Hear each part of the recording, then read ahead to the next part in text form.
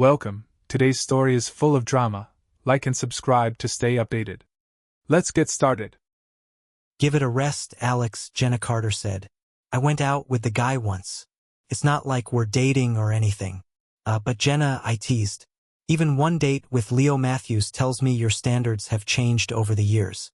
He works for me. I know exactly what kind of guy he is. My standards haven't changed, Jenna replied. I had to go to that dinner. I would have been the only one there without a +1, and you were out of town. Honestly, I probably would have been better off going alone. Leo made a complete fool of himself. Oh really? All I heard was that you went with him. What happened? Jenna smirked. I probably shouldn't even tell you, Alex. ITLL just give you more ammunition to tease me. You know it's all in good fun. Do I need to have a talk with Leo? No, I'd rather just put it behind me. But fine, here are the sordid details. When we got to the restaurant, Leo started bragging about himself to Mark and Vanessa. Since Mark is my boss, I don't know if Leo was trying to impress him or what. I doubt Mark would hold that against you, I said. That's not even the worst part, Jenna admitted, looking sheepish. Later in the ladies' room, I had a chance to talk to Vanessa. I told her how embarrassed I was and explained that I had never gone out with Leo before. I just needed a date for the dinner, and he was available.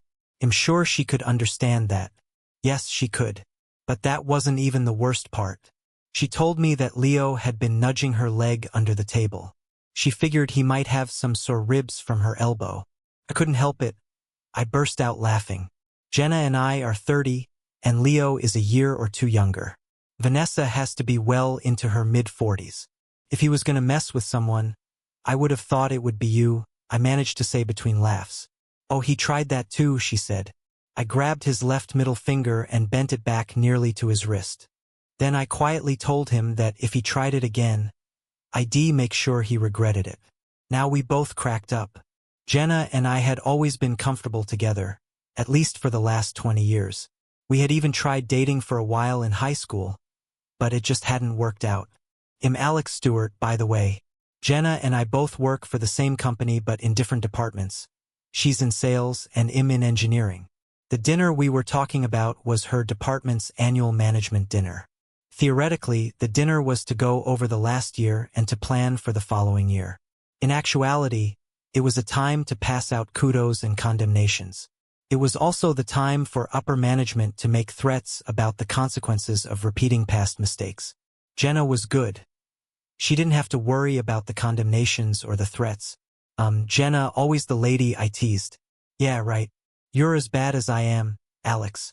I hear you had a confrontation with the VP of engineering last week. I don't know if I'd call it a confrontation, I told her with a rueful smile.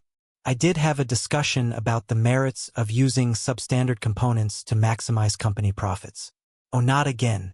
That scumsucker is going to cause the company to go belly up if he doesn't lay off. Yeah, that's pretty much what I told him. I know the company he's pushing makes cheaper programmable controllers than the ones we are using, but they don't last even half as long as our standard ones, and they do half as much. If you keep bumping heads with him, Alex, he's going to eventually get rid of you and find someone who will do it his way, Jenna warned. Yeah, maybe he'll put Leo in charge of controls engineering. I'm sure Leo would do just what he wanted. Leo would definitely do what Tom Simmons wanted him to do. He'd probably bend over and take it up the butt if Tom asked him to, Jenna said. As I said, always the lady, I laughed. Jenna grinned but asked, what would you do if Simmons did fire you, Alex? I've been thinking about that for a long time, Jenna. I think I'd start my own consulting company. I've got good contacts with all of our suppliers. I also have good relationships with all of the contractors who do our installations. I have enough money put aside so I could make it for a while if things didn't start off with a bang. Jenna looked very thoughtful. You know, I think you could pull it off, Alex. Our company turns down most jobs if they are less than $1 million. You could make a lot of money just going after the smaller jobs. I could even feed you the names of the jobs we turn down. You could get into a lot of trouble for that, Jenna. I wouldn't want you to jeopardize your own job to supply me with information. I wouldn't have to, Alex. All I'd have to do is email you a company name every time we turned one down because it was too small. That type of information would be common knowledge in the industry eventually anyway. Well, right now it's a moot point. If I ever have to get out on my own, I may take you up on it. I had graduated from college when I was 22 with dual degrees in electronics and computer science. I had gone to work for Reynolds Systems shortly thereafter. I had eventually worked my way up and was now the manager of the controls engineering department. They'll have to admit, I had enjoyed my work a lot more when I was a project engineer. I had met Emily Green in my senior year of college. We had fallen immediately in lust with each other. Of course, we thought it was love and not lust. We were married about 6 months after I started work at Reynolds. I know I put in a lot of hours at work over the first couple of years I was there, and I also traveled a lot. Maybe that's what caused things to turn out the way they did. I had been with the company for about 2 years, and I was on an out-of-town job. There was a major flood in the area while I was there, and it wiped out electrical power for the region. They were saying it might be as much as a week before power was restored, so I came home. That day, I found out that Emily had a lot more lust than I had realized, and that it wasn't all directed at me. To make a long story short, I caught her in bed with another guy. Later, during the divorce proceedings, when she was trying to hurt me as badly as possible, she confessed to me that she had been with 26 other guys during the year and a half we had been married. I immediately had myself tested for every STD my doctor could think of. Luckily, I was clean. Surprisingly, the divorce didn't bother me nearly as much as I thought it would. I guess that's when I realized I'd never really been in love with her. Jenna had gone to a different college than I had. Then she had moved out of town for a job when she graduated. I hadn't seen her except on holidays for almost 6 years when she moved back into town and went to work for Reynolds. Our friendship seemed to pick right back up where it had left off.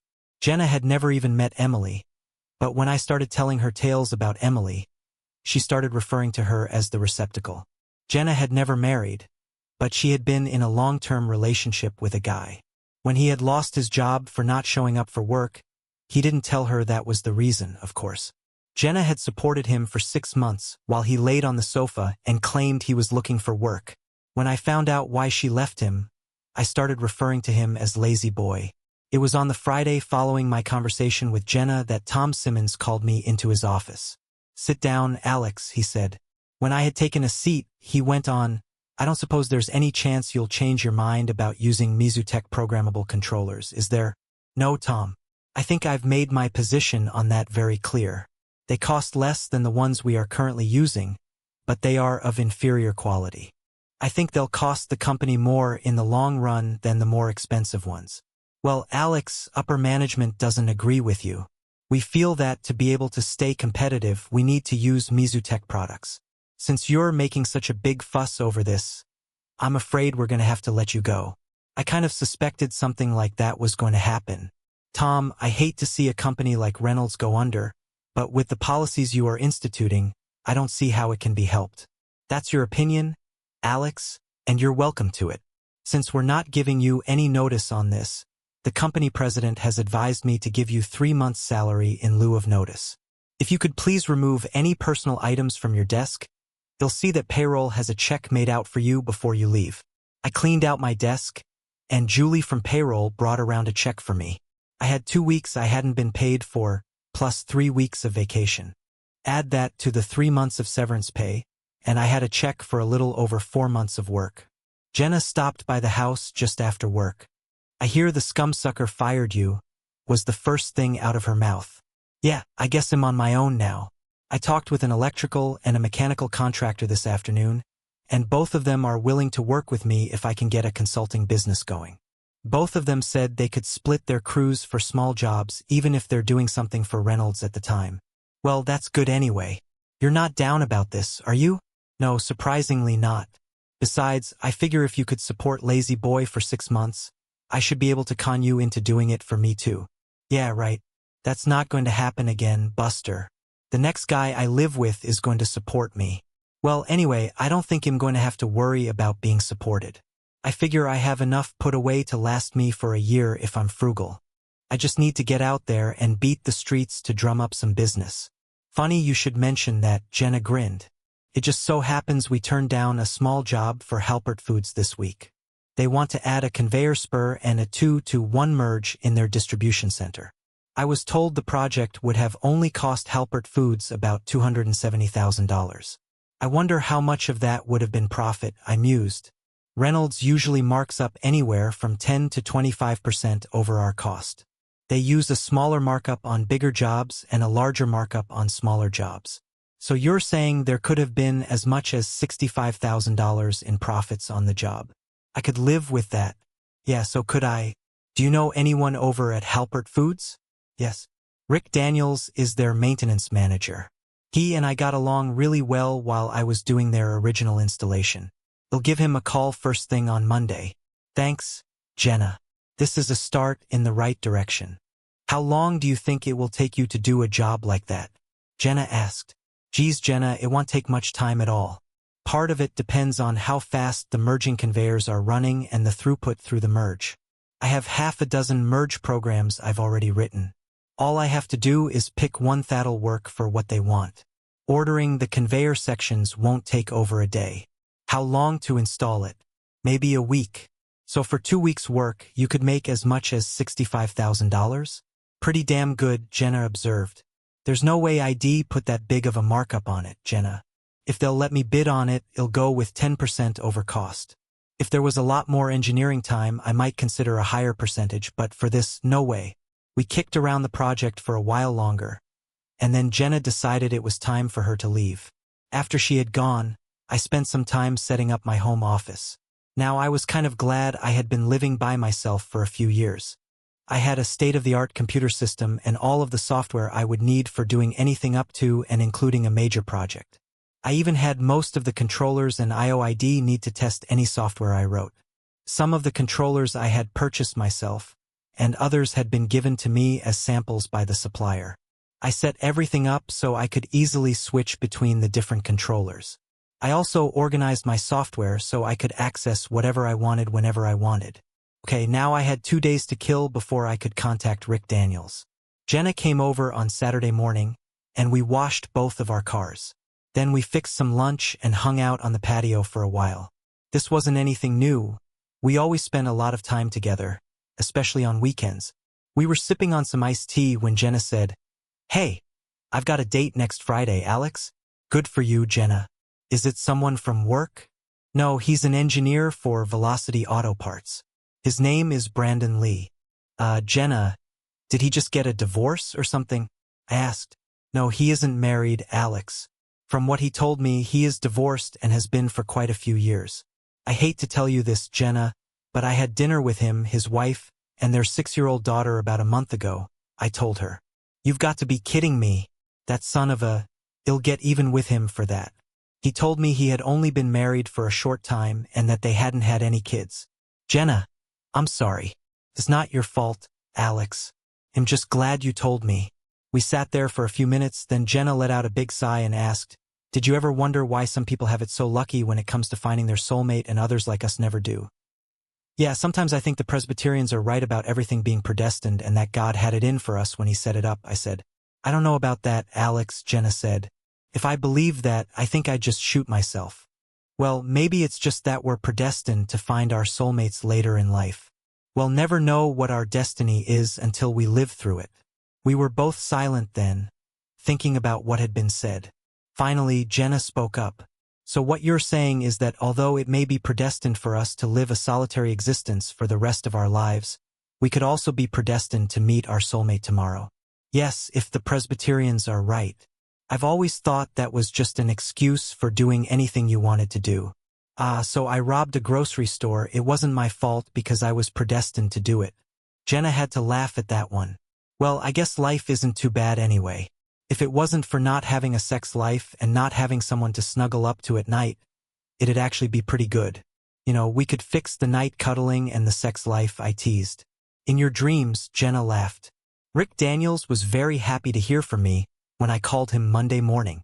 I told him I was on my own now as a private contractor and that I'd like to bid on their job. He was very receptive and asked me if I could come right in and talk with him about it. I arrived at Halpert Foods just before 10 a.m., and a secretary showed me into Rick's office. We said our hellos, and Rick wanted to know what had happened with me and Reynolds. "Rick, I'm just not comfortable talking about it," I told him. Well, I heard from an unidentified source that you had been bumping heads with Tom Simmons. They said Tom wanted to start using inferior quality equipment and that you refused, Rick said. I don't really feel it would be ethical for me to comment on it. Rick. I will say you have a pretty good source at Reynolds. Rick burst out laughing. Okay. It is duly noted that you refuse to comment. So what's this about you consulting on your own? Well, right now it's just me doing the engineering, Bob Harris doing the electrical installation, and Fred James doing the mechanical. We're starting small and limiting ourselves to jobs of less than $1 million to begin with. Bob and Fred are good installers. They've done almost all of the installation for this center. I also know you are a good engineer. I guess you heard that Reynolds refused to bid on something we want done because it was too small for them to be interested. Is $1 million the low-end cutoff for Reynolds? To the best of my knowledge, it is, I told him. So you're not going to be in direct competition with them. That's smart, Alex, Rick said. Well, I know they could bury me in an instant, so I don't mind starting small. If things go badly for them over the next few years, maybe I can grow. So what's this project they turned down? Rick pulled out a folder, and we went over the specifications for the next half hour. Then we put on hard hats and went out into the distribution center to look at the physical location. It was really very straightforward. All of the support beams for the conveyor were already in place, as this was something they knew they'd be adding when the original installation was done. We went back into Rick's office and he asked me what I thought. Doesn't look bad, Rick. Depending on the availability of the conveyors we need, we could be starting the installation within a couple of weeks. I'll work up a quote for you this afternoon and find out about the availability of the conveyors.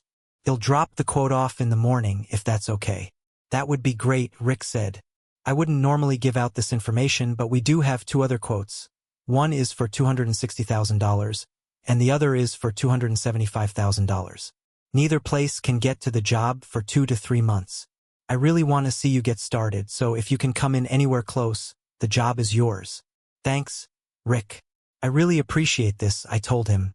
We shook hands, and I started home to get busy on the estimate. The first thing I did when I got home was count the number of conveyor sections we were going to need. There were straight sections, accumulation sections, 1 curve section, and 1 merge. I then called the conveyor company and had them give me a quote on what I needed. I called Fred James and let him know how many conveyor sections and of what kind we were going to be installing and informed him we'd be removing 1 section of existing conveyor and replacing it with a merge. He told me he'd have a mechanical installation estimate within a couple of hours. Fred, why don't you do this as a subcontractor? I asked. That way, if you can bring it in under what you estimate, you get to keep the difference. You do have the risk that if it ran over what you estimate, you would have to eat the loss. Fred thought about it for a minute, then said, I think I'd like that. I tried to talk Reynolds into doing that a while back, but they flatly refused. After hanging up with Fred, I called Bob Harris and offered him the same deal ID offered Fred. He was all for it and said he'd get right back with me. While I waited for the installers to call me back, I made up a list of the electrical equipment we'd need for the job and called it in to an electrical supplier for a quote. Now all I had to do was wait. I agonized over what to include in the quote for engineering. True, I wasn't going to be doing any new programming, or at least not much, maybe a couple of hours at most to show the wiring connections and a couple of days for commissioning. However, I had spent the time at some point to do the programming. I decided to just wait and see how everything else came out.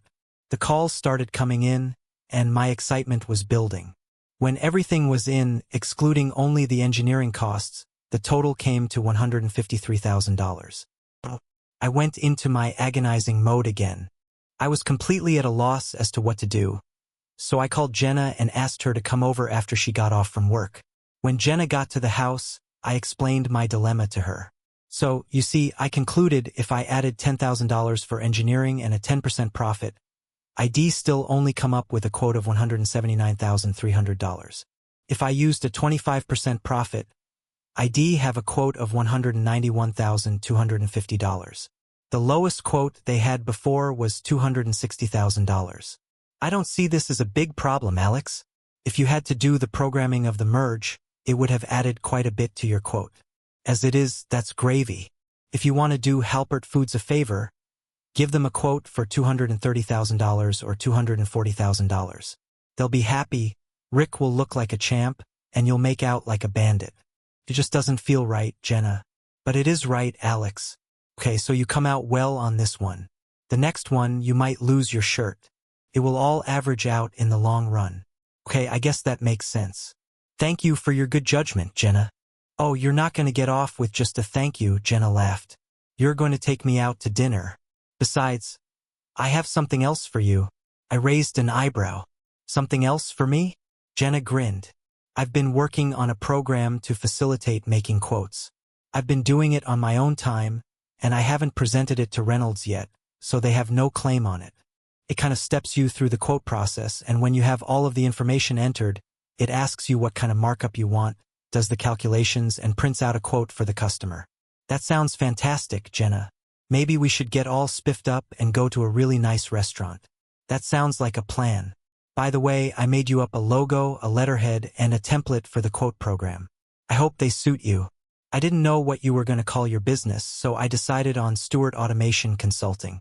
That sounds good, Jenna. That reminds me, I need to get a business license under that name, and you'll need to open a bank account for the business. Also, is there anything else you can think of that you'll need to do? Well, if it were me, I think I'd like to get a website going for the company and get an email address set up for it. I'd also want to get a company phone line installed. Okay, that makes sense. I guess they'll have to learn HTML programming. I can't afford to hire someone to do a website for me. Not to worry, Alex. They'll program a website for you in my spare time. They'll also get you a domain name and find a host for you if you'd like. Sure. Jenna. Knock yourself out. Maybe I should just hire you to help me with this. You couldn't afford me, dear, Jenna smirked. No, I probably couldn't. Why don't you get your butt home and get dressed for dinner? They'll make reservations and pick you up in an hour and a half. Sounds good. See you later. I managed to get reservations for the best restaurant in town. When I arrived at Jenna's house, she was ready to go, which is something I've always liked about her. We had a really nice meal and decided we'd really step out of character and go into their lounge and do a little dancing before we called it a night. We had managed to avoid talking about my new business during dinner, but when we got on the dance floor, there was something I had to bring up. Jenna, I was teasing a while ago about hiring you, but not entirely. If this business takes off, I'm not going to be able to handle the paperwork and the engineering too. If that happens, would you consider going in as a partner with me on this? I'm not sure, Alex. I'd have to give it some thought. They're not paying me what I think I'm worth at Reynolds, but there are some good benefits. It would be a gamble. Yes, it would be a gamble. We could go months at a time without making a dime. But we could also make $100,000 profit off a couple of weeks' work. I'll bet that half of that is nearly a year's pay for you too. True, Jenna said.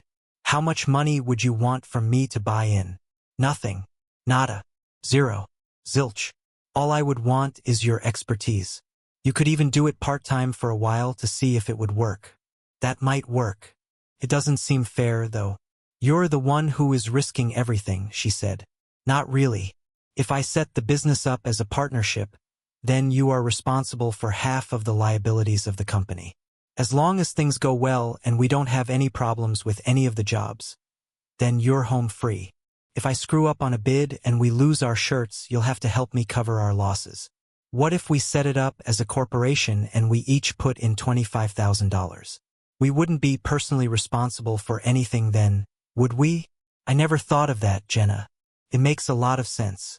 They'll talk to my lawyer about it in the morning. They'll find out what it costs to incorporate and how long it would take.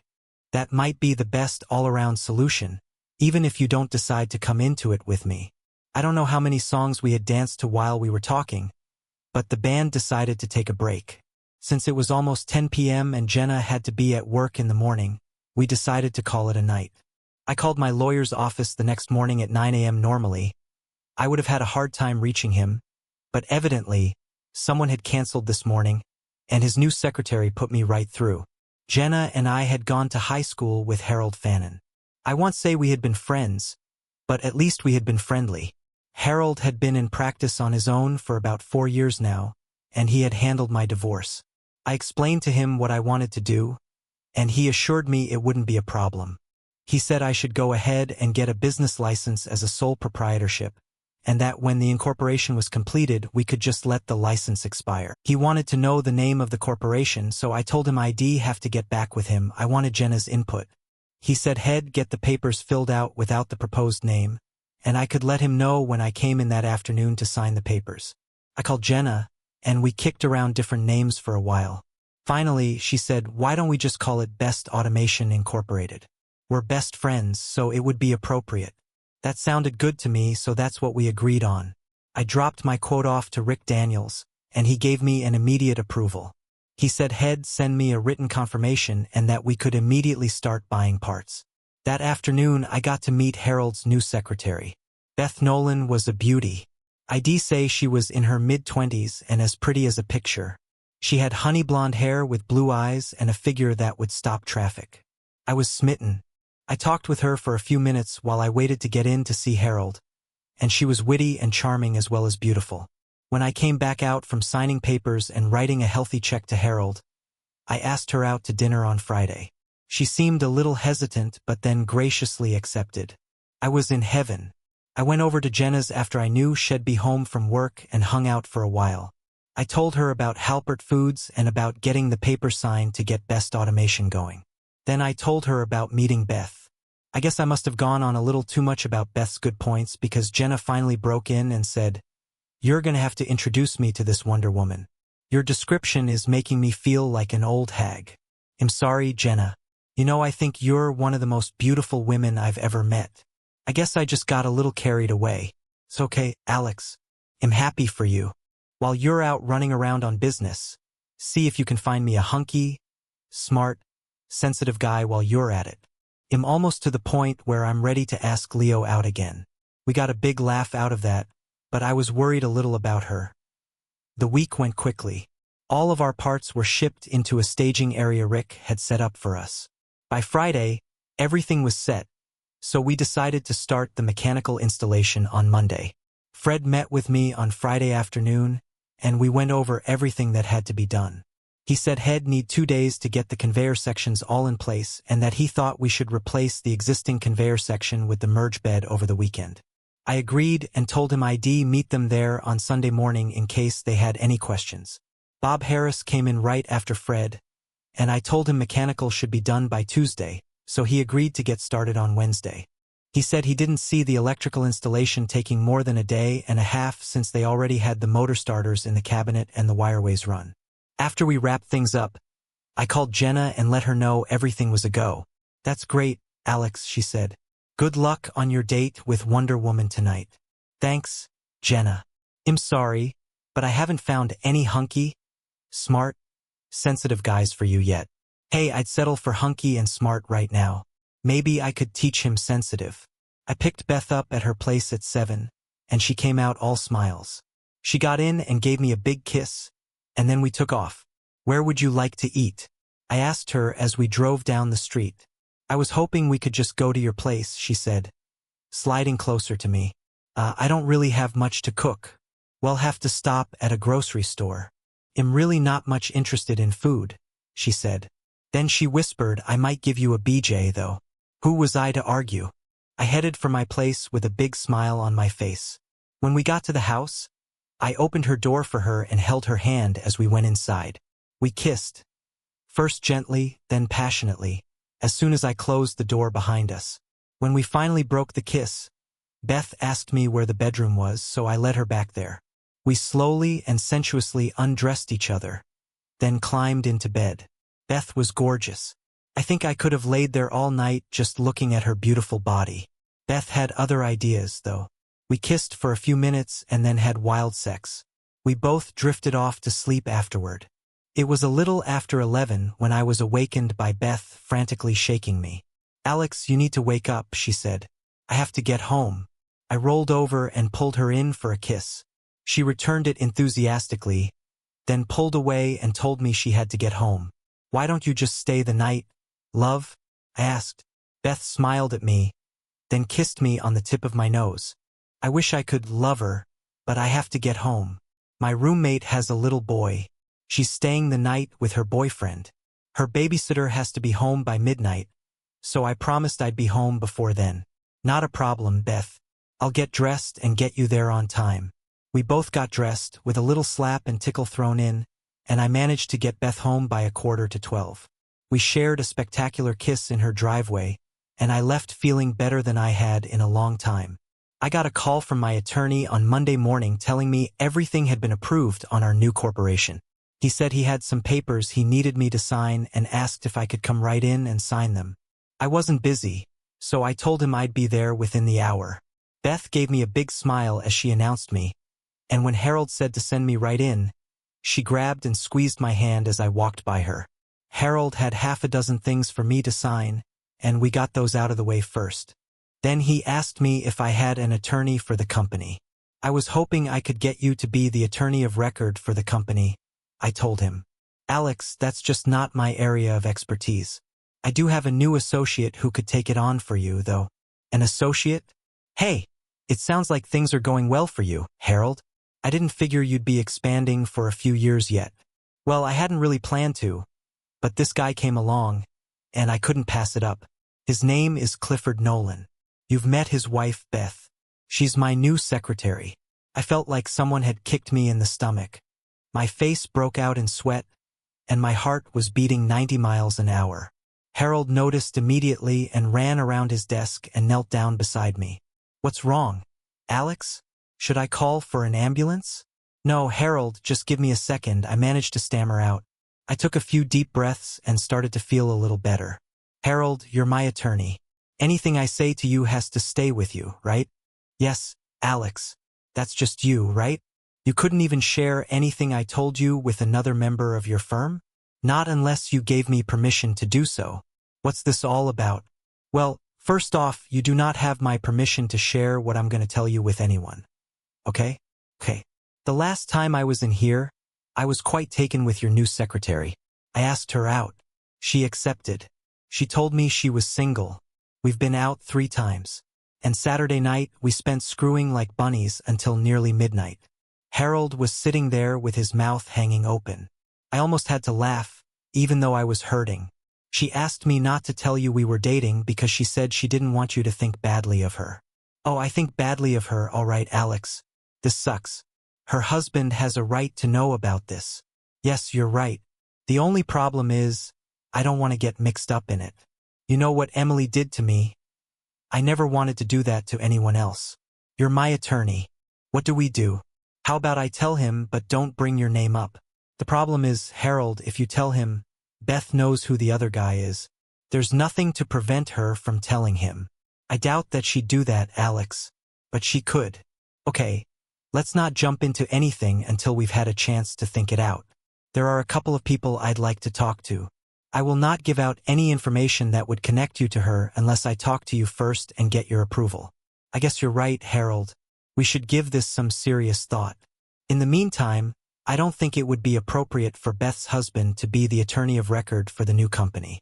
Could you make any other recommendations? Yeah, I can think of a couple of guys who could do it. I'll make a couple of calls and see if they're interested. I'll also give you a ballpark figure of what you should give them as a retainer. I'll still be your personal attorney if you'll have me. I wouldn't have it any other way, Harold. When I got home, I was really bummed out. I messed around for a while, but I couldn't seem to concentrate on anything. Finally, I just gave up and sat on the sofa, brooding. I hadn't fallen in love with Beth, but I had probably been close to doing so. I don't know how long I had been sitting there, but it had to have been hours when Jenna came in. She took one look at me and, without saying a word, went into the kitchen and made a pot of coffee. She brought me a cup when it was done and sat down across from me. Okay, my friend, what's going on? She asked. I just sat there, not knowing where to start. Finally, Jenna said, Come on, Alex. Talk to me. It's Beth, I said, none too brightly. Did she dump you? Or what? No, she didn't dump me. When I went to pick her up for our date Saturday, I asked her what she wanted to do, and she said she'd like to come here. We did. Then we screwed until midnight. I tried to get her to spend the night, but she said she had to get home. That doesn't sound all that bad, Jenna laughed. No, in fact, it was pretty good. I had to go in and sign some papers for Harold this morning. When I did, I asked him if he could be attorney of record for our new company. He said he couldn't, but he'd recommend someone. The guy he recommended is Beth's husband. Oh, Alex, I'm so sorry. Jenna, I don't feel that bad about not seeing Beth again, although I was starting to like her a lot. The bad thing is that I'm no better than any of the guys Emily was screwing. That's not true, Alex. You had no idea she was married. She told you she was single. Yeah, and I'm sure Emily told some of the guys she screwed she was single too. That didn't make it hurt any less when I found out about them. I know that, Alex. You have to remember, though, it wasn't you that set out to cheat on Beth's husband. It was her. She's a 304 just like Emily was a 304. You had no way of knowing that. If you went out with a woman and found out later that she had murdered someone, would that make you guilty of murder? Of course not, Jenna. It's the same thing, Alex. If you went out with Beth now that you know, then you'd have something to feel guilty about. You should not feel guilty about anything that happened before you knew. I suppose you're right, Jenna. Look, I've agonized enough over this today.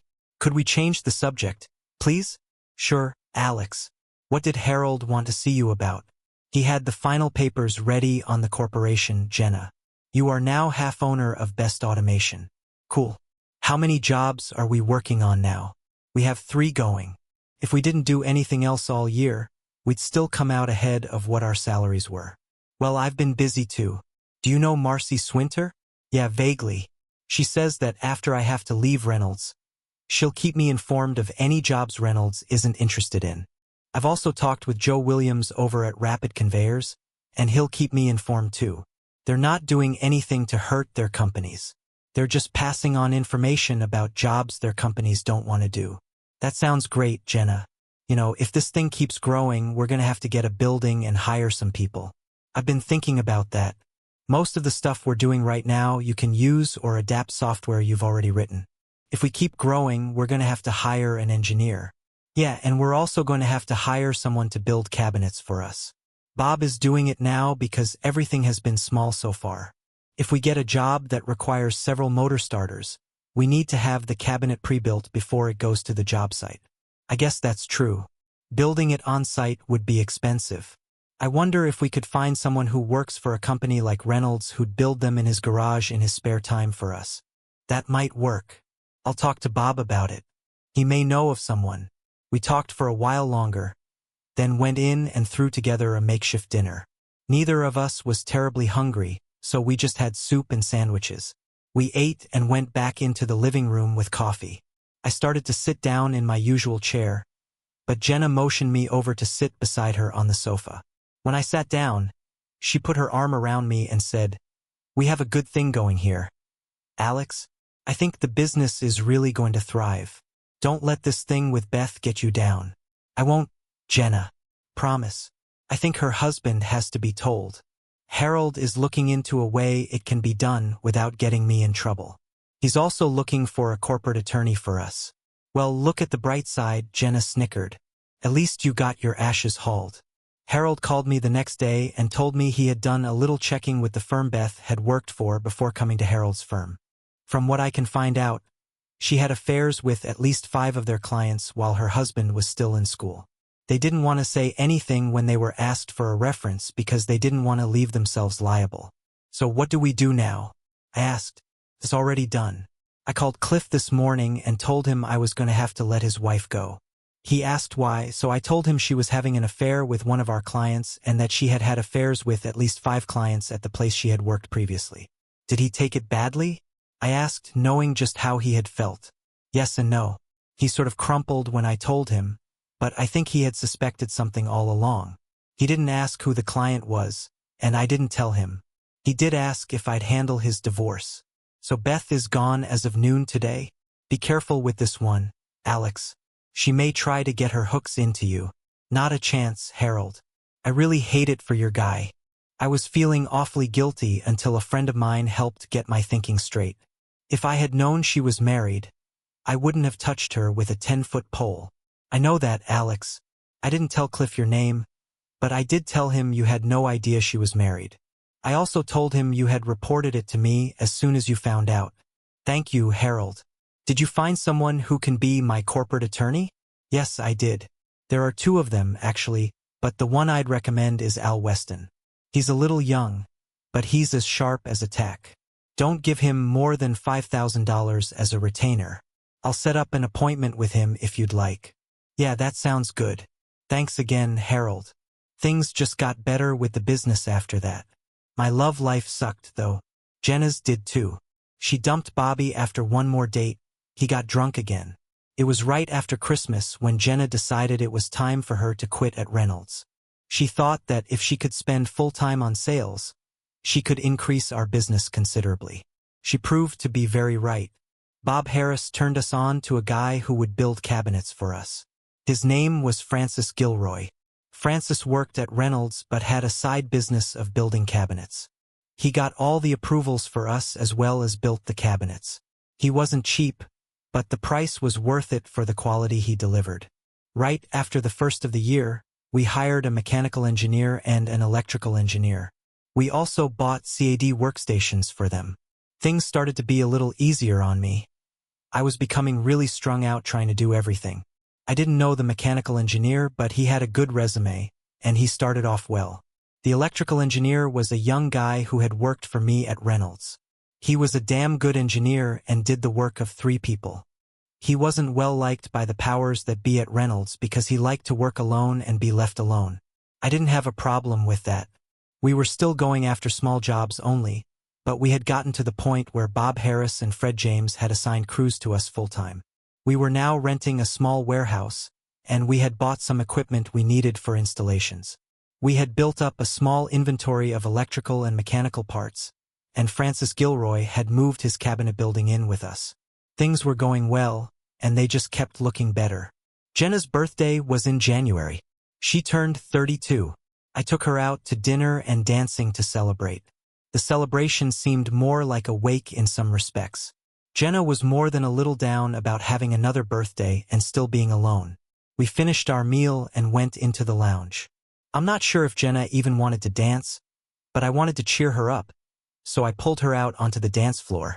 Instead of assuming the conventional position, I put both arms around her waist, so she wrapped both of hers around my neck.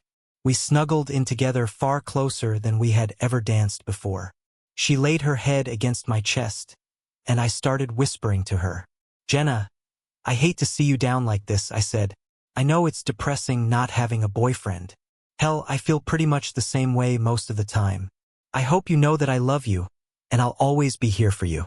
I do know that, Alex. Sometimes that's all that keeps me going. I love you too. Sometimes I wish. What do you wish, Jenna? She looked up at me with a rueful smile. Sometimes I wish things had worked out for us when we started dating in high school. Why didn't they, Alex? I sighed and squeezed her a little tighter. I don't know, Jenna. I do know that you're everything I ever wanted in a woman. You're intelligent, funny, and beautiful, and I trust you with my life. Maybe we were just too young, but the spark just didn't seem to be there. Yeah, I know. Did you ever wonder if the spark would be there if we tried it again? She asked, still looking me in the eyes. Every day, I said. Then I leaned down and kissed her. Jenna and I hadn't kissed, except for little pecks like a brother and sister, for 15 years.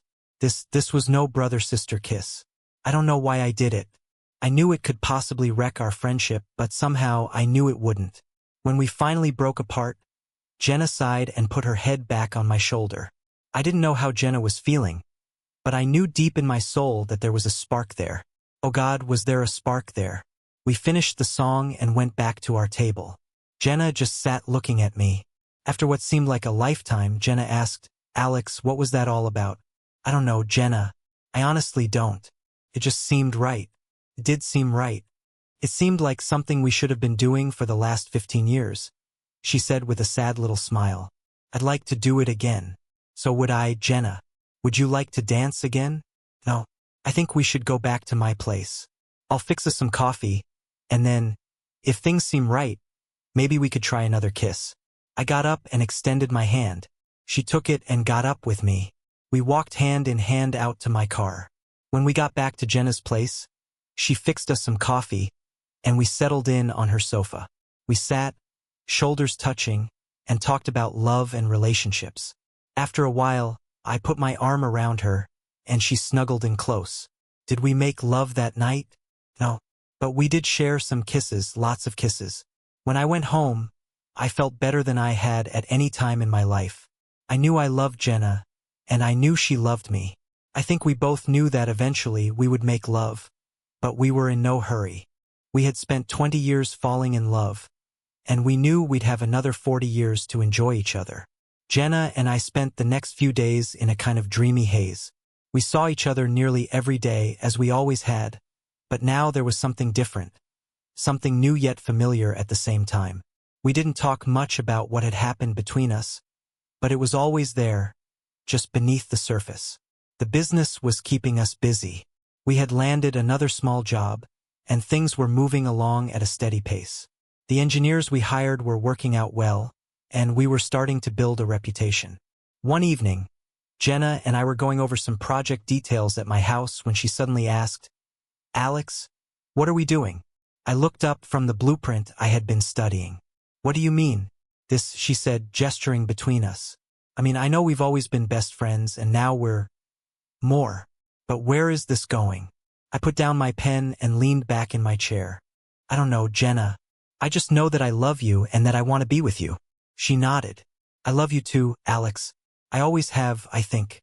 But are we just together because it's easy? Because we're comfortable?" I shook my head. "No, at least not for me. I think it's because we were always meant to be together, but we were too stubborn or too stupid to see it before now." Jenna smiled, then reached across the table and took my hand. "Then let's stop overthinking it. Let's just see where this goes." "Agreed," I said, squeezing her hand. For the next few weeks, things continued smoothly. We spent time together both at work and outside of it. There was an ease between us that hadn't changed, but now there was something more, something deeper. One Saturday, we decided to take a drive out to the countryside. We had both been working too hard, and we needed a break. The day was perfect, blue skies, warm sun, and the kind of peace you could only find away from the city. We stopped at a small roadside cafe for lunch. As we were eating, Jenna suddenly said, "Do you ever think about marriage?" I nearly choked on my drink. After coughing a few times, I managed to ask, "Is that a trick question?" Jenna laughed. "No, I'm serious. I mean, we've been friends forever. We practically act like an old married couple already." I set down my glass and looked at her. "Yeah, I think about it. I think about it a lot. But I wasn't sure how you felt about it." She looked at me, her expression thoughtful. "I used to think that marriage wasn't in the cards for me. But now I'm not so sure." "Are you saying you'd consider marrying me?" I asked, trying to keep my voice casual. Jenna smiled. "I think I am." I took a deep breath. "Well, that's good to know. Because I was going to ask you eventually anyway." Jenna laughed again, shaking her head. "Of course you were. Always the planner. Hey, if I'm going to spend the rest of my life with someone, I'd like to be sure it's a solid plan." She leaned in closer. "And is it?" I looked into her eyes and nodded. "Yeah, I think it is." We didn't get engaged that day. There was no grand proposal, no ring on the table between us. But we both knew. We knew that this was it. We had spent years searching for something that had been right in front of us all along. And this time, we weren't going to let it slip away. Jenna and I didn't rush into anything. We both knew where we were headed, but we were in no hurry to change things overnight. In the meantime, Best Automation was growing faster than either of us had expected. We had taken on a couple more projects, and our reputation was beginning to spread. One afternoon, as I was reviewing some plans, Jenna walked into my office, grinning. "We've got a new client," she announced. "Who is it?" I asked, setting down my pen. "Greenfield Packaging," she said, handing me a folder. "They need a conveyor control system overhaul." I whistled. "That's a pretty big name." "Yeah, and it gets better," she said, sitting down. "They wanted Reynolds to do the job, but guess what?" I raised an eyebrow. "They turned it down?" She nodded. Apparently, it wasn't big enough for them. They passed on it, and their plant manager, who I happened to meet at a trade event last month, suggested they reach out to us instead. I grinned. "That's incredible, Jenna. We're starting to pick up jobs that Reynolds should be doing." She nodded. And if we do this right, there will be more to come. We spent the next few weeks working on the Greenfield project. It was one of the more complex jobs we had taken on, but everything went smoothly. In the middle of all this, Jenna and I had started spending nights together. It had happened naturally. One night after working late, she had stayed over at my place, and from that point on, it just became normal. One evening, after a long day at work, Jenna and I sat on the couch, exhausted but satisfied. Jenna said, sipping her wine, I was thinking today, maybe it's time we started looking for an actual office space. I nodded. I was thinking the same thing. The warehouse has been working for us, but we're growing. It's about time we set up a real headquarters. Exactly, she said. I've already been looking at a few places. I chuckled. Of course you have. Come on, you know me, she said, nudging me playfully. I like to be prepared. And that's why we make such a good team. The next week, we toured a few properties and finally settled on a space in an industrial park. It had everything we needed: office space, storage, and even a small meeting area. Moving in felt like a milestone. It wasn't just a business decision. It was proof that Best Automation was here to stay. A turning point about a month after we settled into the new office. I got a surprise call from an old acquaintance. Alex, it's Rick Daniels from Halpert Foods. Rick, good to hear from you. What's up? Well, I thought you'd like to know that Reynolds just lost their biggest client in the region. I sat up. Wait, seriously? Yeah. Apparently, the management there is so focused on big jobs that they've been ignoring customer complaints. This particular client had been dealing with unreliable systems, and when Reynolds brushed them off, they went to one of their competitors. That's huge, I said, still processing the information. It is, Rick agreed. And the reason I'm calling? They might be interested in working with you instead. I nearly dropped the phone. You think they'd take us seriously? I do. I already told them about the work you did for us, and they were impressed. They want to set up a meeting. After the call, I looked at Jenna, who had been watching me curiously.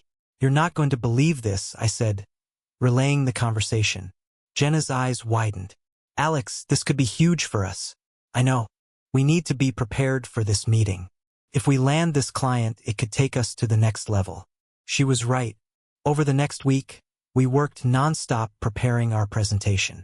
When the meeting day arrived, Jenna and I walked into the conference room, confident but cautious. The company representatives listened as we laid out our plan. We showed them what we could do, how we worked, and why we would be a better choice than Reynolds. When we finished, the lead representative leaned back in his chair. This is impressive, he said. We weren't sure if your company was big enough to handle our needs, but you've proven otherwise. Jenna and I exchanged a quick glance. Let's move forward, he continued. We'll start with a trial project and see how it goes. I shook his hand, hardly believing what had just happened. As we walked out of the building, Jenna turned to me, beaming. Alex, we did it. I grinned. Yeah, we did. That night, we celebrated not just the new client, but everything we had accomplished together. Jenna raised her glass. To Best Automation. And to us. I clinked my glass against hers. To us. The deal with our new client turned out to be a game changer. Over the next few months, Best Automation gained more recognition in the industry. The trial project was a success, and soon they handed us a much bigger job, one that officially put us in competition with Reynolds. Jenna and I worked harder than ever, but we also made time for ourselves. We had stopped questioning what we were, stopped worrying about labels. We weren't just best friends anymore. We were partners in every sense of the word. One evening, after an exhausting day at work, Jenna and I were at my place, sprawled on the couch. We need a vacation, she said, staring at the ceiling. I laughed. You're the one who just scheduled back-to-back projects for the next 3 months. Yeah, she groaned. But after that, we need to get away. Anywhere in mind? She grinned. Hawaii. Somewhere with beaches. And 0 phone calls from clients. Sounds perfect, I said. Let's make it happen.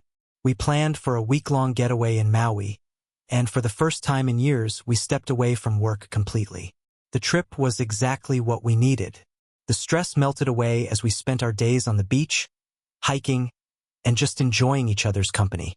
One night, as we watched the sunset from our balcony, Jenna turned to me and said, Alex, I don't want to go back to how things were before.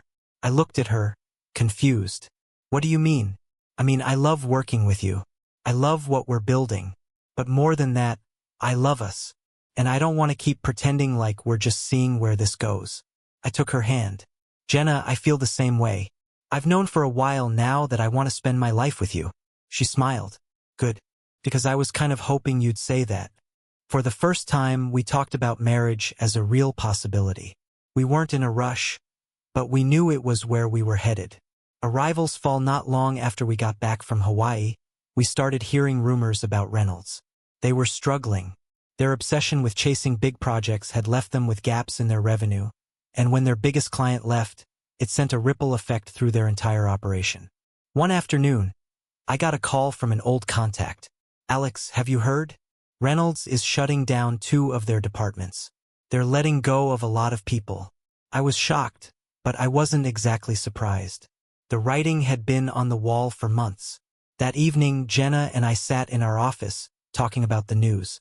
Do you think we should hire some of their people? She asked. I thought about it. Could be an opportunity.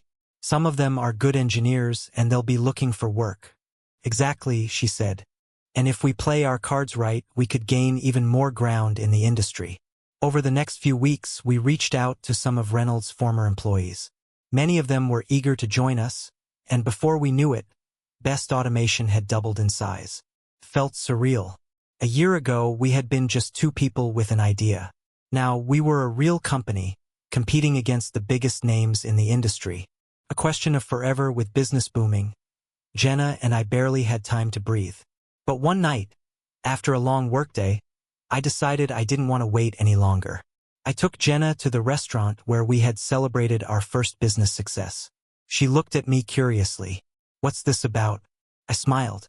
Can't I just take my girlfriend out to dinner? She smirked. Sure, but you've been acting a little weird all day. After dinner, we took a walk by the waterfront. The city lights reflected off the water, and the air was crisp but not too cold. I stopped and turned to her. Jenna, I said, reaching into my pocket. I've loved you since before I even realized it. I don't know why it took us so long to figure it out, but now that we have, I never want to spend another day without you. She stared at me, her eyes wide. I pulled out a ring. Will you marry me? For the first time in her life, Jenna was speechless. Then she laughed. You really think I'd say no? She teased, tears in her eyes. I grinned. I was hoping not. She held out her hand. Put that ring on my finger, Alex. You're stuck with me forever. And just like that, everything felt right. Happily ever after? Not quite. Planning a wedding while running a rapidly growing business wasn't easy, but we made it work. By the time we got married 6 months later, Best Automation had become one of the most respected names in industrial automation. Reynolds, on the other hand, had all but collapsed.